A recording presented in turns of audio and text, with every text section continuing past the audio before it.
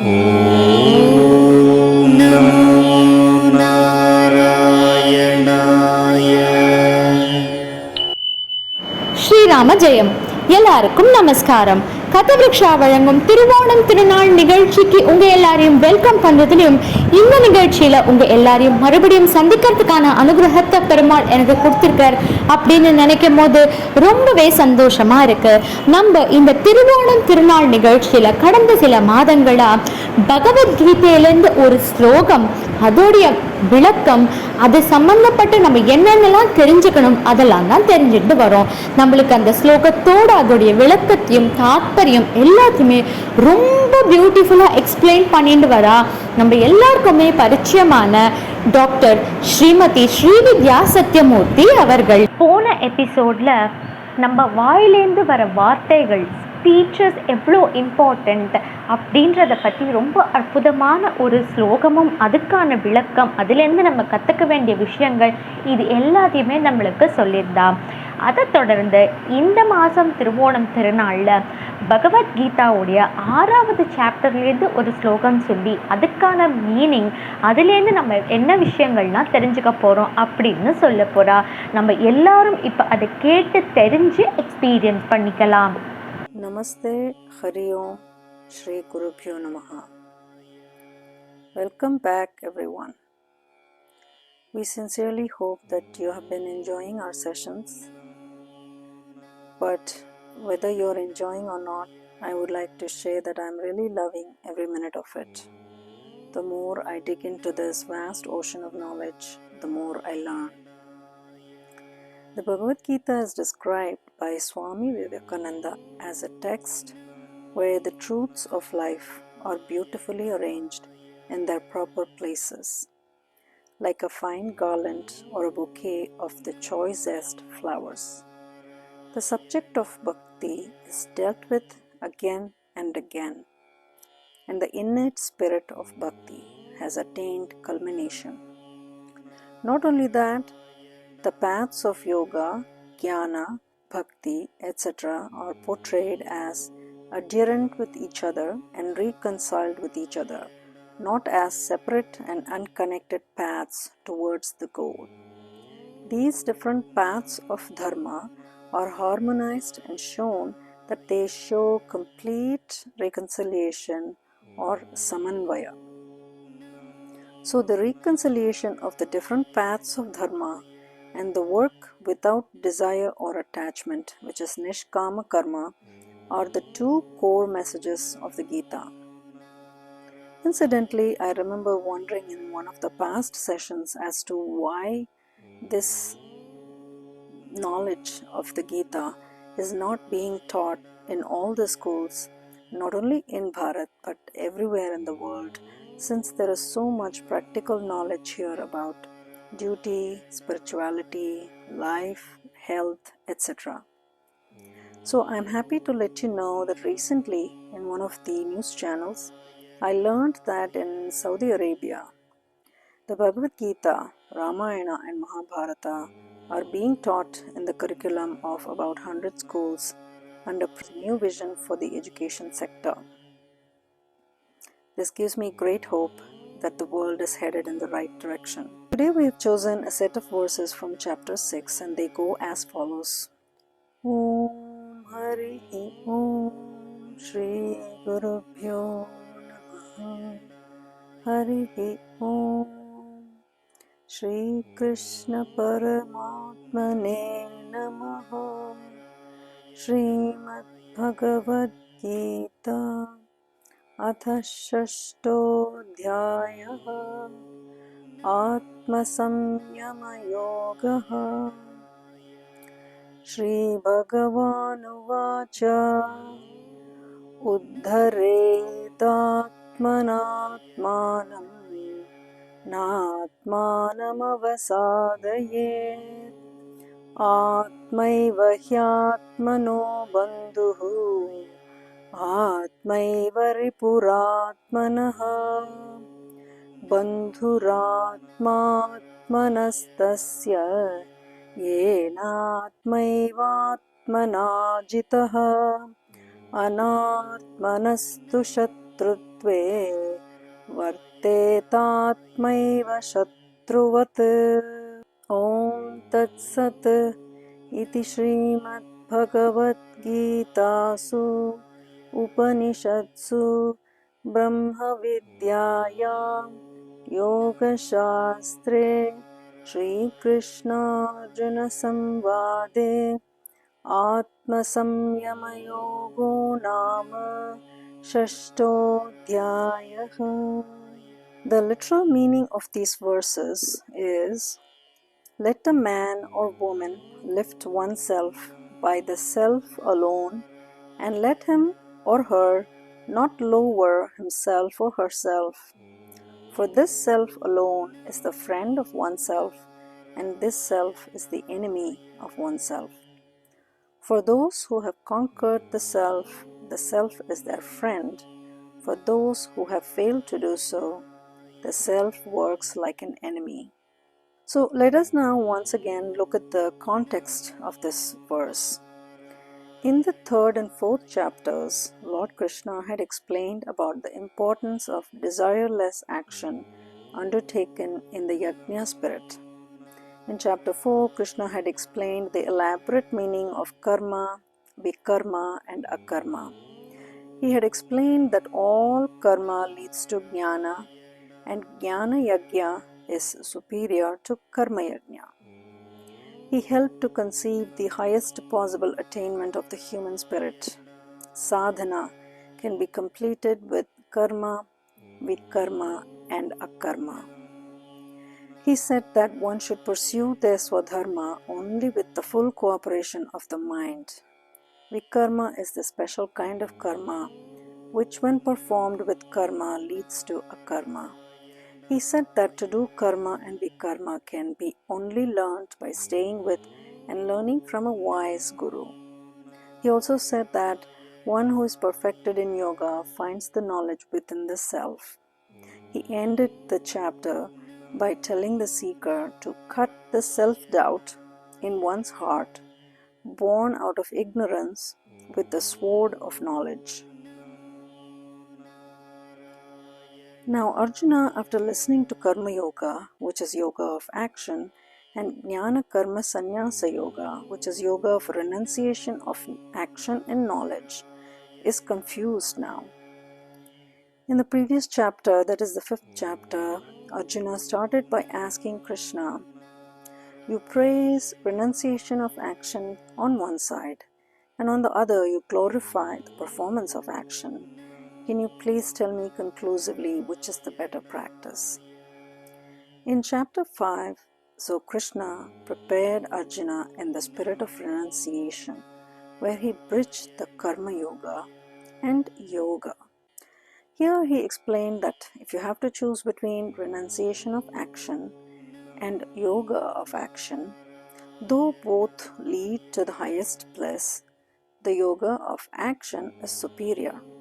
Essentially, here he explained the difference between a sannyasi who renounces action and a yogi, one who is steadfast or yuktaha and performs action while being in unison with the highest self. These two aspects are very similar, with a subtle difference in the way of looking at things. The stage was thus set in chapter 5 for the very important chapter of meditation or yoga in chapter 6. Now chapter 6 is all about meditation or yoga, which is the control of the mind in order to infuse spirituality in our daily life, to purify our life and lead to a content and peaceful mind. That is, it teaches us to purify the worldly life we live. So, regardless of where in life one is, what stage of evolution we are in spiritually, the Bhagavad Gita can take us up toward the ultimate destination of self-realization. This is the very aim of the Gita. In this, the main chapter conveying the key information, in my view, is this 6th chapter. The chapter is so important that it can take me from a mundane and ordinary human life with animalistic tendencies, confined by the limitations of my mind, and remove me from this imprisonment. It can gear up my spirit to move ahead, to rise higher and higher. Now, the mind has the power to weaken us by thinking that we are worthless creatures. We lose the wings of imagination, but we must not do so. We think every morning, I will soar high in the sky and reach the sun, just like Swami Vivekananda said, arise, awake, and stop not till the goal is reached. That should be the spirit. Instead, we limit ourselves by underestimating our strength. We cause our own downfall. We should always aspire to rise higher and higher. It is okay to have an aspiration that may sound unrealistic after all. If one aims for the stars, one might only reach the top of a tree. So, with vision and confidence, one should persevere in his or her course. Dharma is not only for the saints, have the highest aspirations. Only with this vision, your aspiration can come true. One must always challenge oneself and attempt to transform oneself in order not to reach a dead end. My Guru Kamlesh Patel says, if there is no change or transformation, entropy sets in. So, in order to embark upon the journey of the various types of sadhana, which are the various types of vikarma, we are asked to keep the mind free and soar high so that the jiva can become one with the Brahman. We begin here with the yoga of meditation as a means to reach the highest, so all our actions can be performed in a state of steadfastness and balance. There are three important parts of this chapter 6, or the yoga of meditation. Briefly, the first is one-pointedness of mind. The second is moderation and regulation of life to help reach this one-pointedness. And the last is the equanimity in outlook. These are the three important factors for a true quest in spirituality. These two verses focus on the one-pointedness of the mind and how the mind is a strong tool in helping or hurting the self. The core message of these two verses is the importance of the regulation of the mind when it comes to uplifting ourselves in our lives, whether materially or spiritually. When a human being is striving along his path and is faced with numerous challenges and evils of the finite or mortal existence, yes, it is okay to look for external sources when the going gets really bad. However, this cannot be sustainable from the viewpoint of the external source, but also from the viewpoint of the person undergoing the suffering. All the material and spiritual potential for perfection that is dormant in a human can be only awakened by the intense self-effort that comes with a deep need and effort for self-development. Otherwise, any help that is given from the outside will fizzle away and also will not help one develop a sustainable effort toward the goal. Only a constant self-assessment in an effort toward perfection can allow the expansion of the consciousness in oneself. Also, one may intellectually or mentally have a concept of the type of perfect individual that they should be or try to be. However, our emotions and perceptions are so clouded by our attachments and deep impressions of likes and dislikes, loves and hatreds, appetites and passions that we have a deluded sense of satisfaction in where we are. Our mind is conditioned to have a distorted sense of satisfaction in the self. Thus, the discriminative abilities of a limited intellect in combination with the wavering and wandering mind that is dipped in sensual pleasures tend to be dragged down and fall to our lower self. Only an attitude of constant self-assessment and a strong need to improving oneself can lead one to work on oneself constantly to a state of perfection. Our lower self can be regulated and controlled to evolve into a higher and higher self. However, that higher self should be constantly in connection to itself by the practice of meditation and contemplation in order not to succumb to that lower self. The challenge is, of course, to turn to the friend in us despite the temptations and influences of the lower self. How to find the divine in us, who could become a friend when we are easily influenced by the non-divine or the lower tendencies. How to withdraw from the self's identification with the body and sense organs, feelings and emotions related to the outward life, influence on the nobler and higher self. How to divert the ego that is identified under these influences and allow the transformation to inspire the higher self or the divine self so one can overcome the lower self that constantly works against the higher. When one is able to do this, such a person is termed as a yoga rudha, or one in mental equipoise by the Lord. We chose these important verses today because we felt that they are very relevant in today's world. There's a large increase in mental health issues globally. For example, in youth and young adults, there was an increase in alcohol and substance use, most pronounced in 30 to 35-year-old adults. Between 2017 to 2022, there is a higher rate of suicide among students.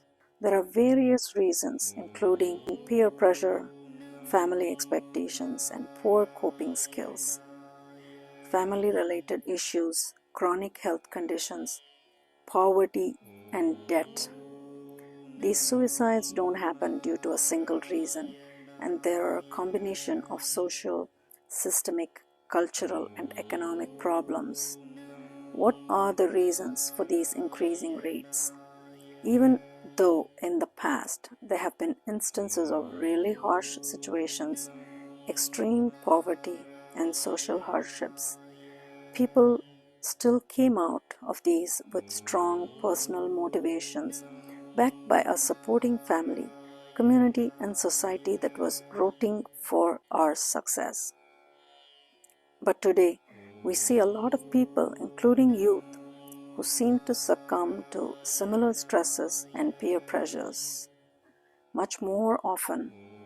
Obviously, the problem is very complex, and we are not claiming any sort of easy solution, emphasizing the importance of developing an inner resilience and coping mechanism, an understanding of the real self, and the importance of not identifying with certain external definitions of social success that is given primary importance today in a world focused on materiality without the basis of spirituality, and the effective use of the social structure that has been the underpinning of the dharmic culture.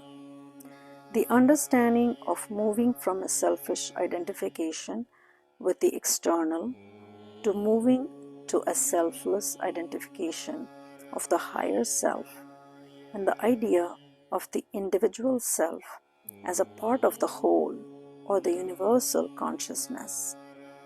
In a world of instant gratification, to understand that sometimes failure in something immediate is most likely a stepping stone to success, to gain the wisdom that there are reasons beyond our understanding when what seems to be a non-ideal development is probably nature's way of opening another door, after what seems to be many closed doors.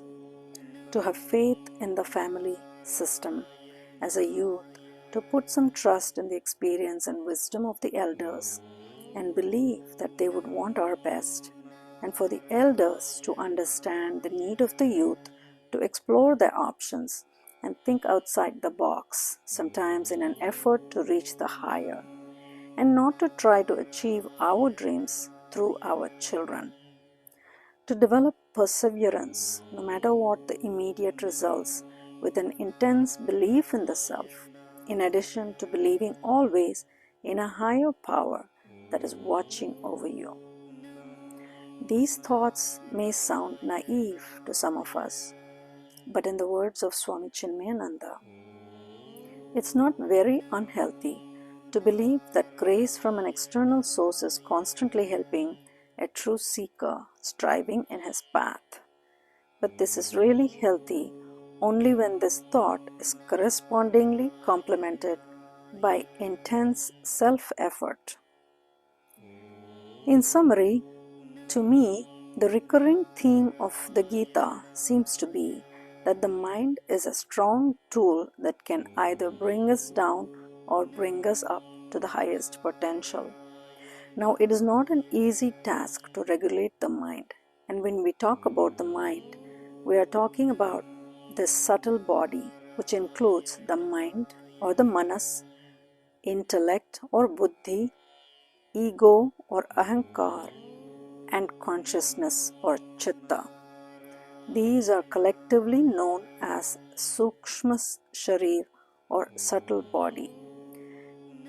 Now, this is the only part of the body in comparison to the soul or the karana sharir and the physical body or sthula sharir that is capable of evolving. The subtle body can evolve into a 360 degree of expansion of consciousness. By constant sadhana, one is able to uplift themselves from the lowest depth of existence to an unlimited infinite potential where we could move from a life of animalistic tendencies to one with human tendencies and ultimately to one of divinity. Whether it is the material or the spiritual plane, we can hope to balance the two, like the two wings of a bird that could help us fly into the highest levels of existence. And this is what we ultimately call yoga, the union of the lower self with the higher self. This can only happen with an inner call for transformation when we can pray and ask for an able guru to guide us in this aspect and help us strive to achieve this potential. Here it would be prudent to conclude with a shloka from chapter 2. For in this one shloka lies embedded the whole message of the Gita, where Krishna says to Arjuna, Klaipyam ma smagamav partha naitattvayupapadyate kshudram hridaya daurbalyam tyaktvottishta parantapa. Here Krishna is saying to Arjuna, remove the delusion that has overtaken you. Naitattvayupapadyate does not befit you. You are Atman, you are imperishable, beyond all evil. Have you forgotten your real nature by thinking yourself as a sinner, as one inflicted with bodily evils and mental grief? You have made yourself so. This does not befit you. So Krishna says, Klaibhyam ma smagamav partha, yield not to unmanliness, son of Partha. There is in the world neither sin nor misery, neither disease nor grief. If there is anything in the world which can be called sin, it is this, fear. Know that any work which brings out the latent power in you is punya. and that which makes your body and mind weak is papa. Shake off this weakness and faint-heartedness. Klaibhyam smagam of Partha. You're a hero, a Veera. This is unbecoming of you. Then all this disease, grief, sin, and sorrow will vanish from the face of the earth. All these ideas of weakness will be nowhere. Now it is everywhere, this current of vibration of fear. Reverse the current, bring in the opposite vibration, and behold the magical transformation. You are omnipotent. Go to the mouth of the cannon, fear not. Hate not the sinner or the fool, not the exterior. Turn your gaze inwards, where resides the Paramatma. There is no sin in you, there is no misery in you. You are the reservoir of omnipotent power. Arise, awake, and manifest the divinity within. We are grateful for your attention and look forward to meeting you next time. Please share your thoughts and feedback in the comment section. And once again, please forgive us for any mistakes that we may have committed. And hope to see you next time. Shri Krishna Arpanamastu. Another interesting episode emphasizing on mental health, how fresh and clear our minds should be. Thank you very much to Dr. Srividya Sathiyamoorthy for another amazing episode of Bhagavad Gita. Positivity எவ்வளோ முக்கியம், மனசில் எப்பயுமே நிறைய positive thoughts இருக்கணும், பக்தி இருக்கணும், பெருமாள் நம்மளை வழி நடத்துகிறார் அப்படின்ற நம்பிக்கை நம்ம மனசில் எப்பயுமே இருந்துகிட்டே இருக்கணும். இந்த காலத்து ஜென்ரேஷன் இப்போ இருக்கிற குழந்தைகளுக்கு ஸ்ட்ராங் மைண்ட் இருக்கணும் அப்படின்றது ரொம்ப முக்கியம். தோல்வியை கண்டு துவண்டு போகக்கூடாது. It is a stepping stone for success அப்படின்றத அவள் மைண்டில் ரொம்ப ஸ்ட்ராங்காக ரெஜிஸ்டர் பண்ணணும். அந்த மாதிரி இன்னும் நிறைய விஷயங்கள் இந்த எபிசோடில் நம்ம தெரிஞ்சுட்டோம். Thank you very much again to Srimati Dr. Srividya Sathiyamoorthy. Viewers and audience, Thiruvonam திருநாளில் ஒவ்வொரு மாதமும் பகவத்கீதாவுடைய ஸ்லோகமும் அதுக்கான விளக்கங்களும் கேட்டுன்னு வரேள். அடுத்த மாதம் திருவோணத்தன்னைக்கு எந்த பகவத்கீதா ஸ்லோகம் கேட்க போகிறேள் அதை நீங்கள் பார்க்கணும்னா எல்லாரும் மறக்காமல் கதவிருக்ஷாவுக்கு சப்ஸ்கிரைப் பண்ணுங்கோ. மீண்டும் ஒரு அற்புதமான நிகழ்ச்சியில் உங்கள் எல்லாரையுமே நான் திருப்பி சந்திக்கிறேன். அது வரைக்கும் நமஸ்காரம்.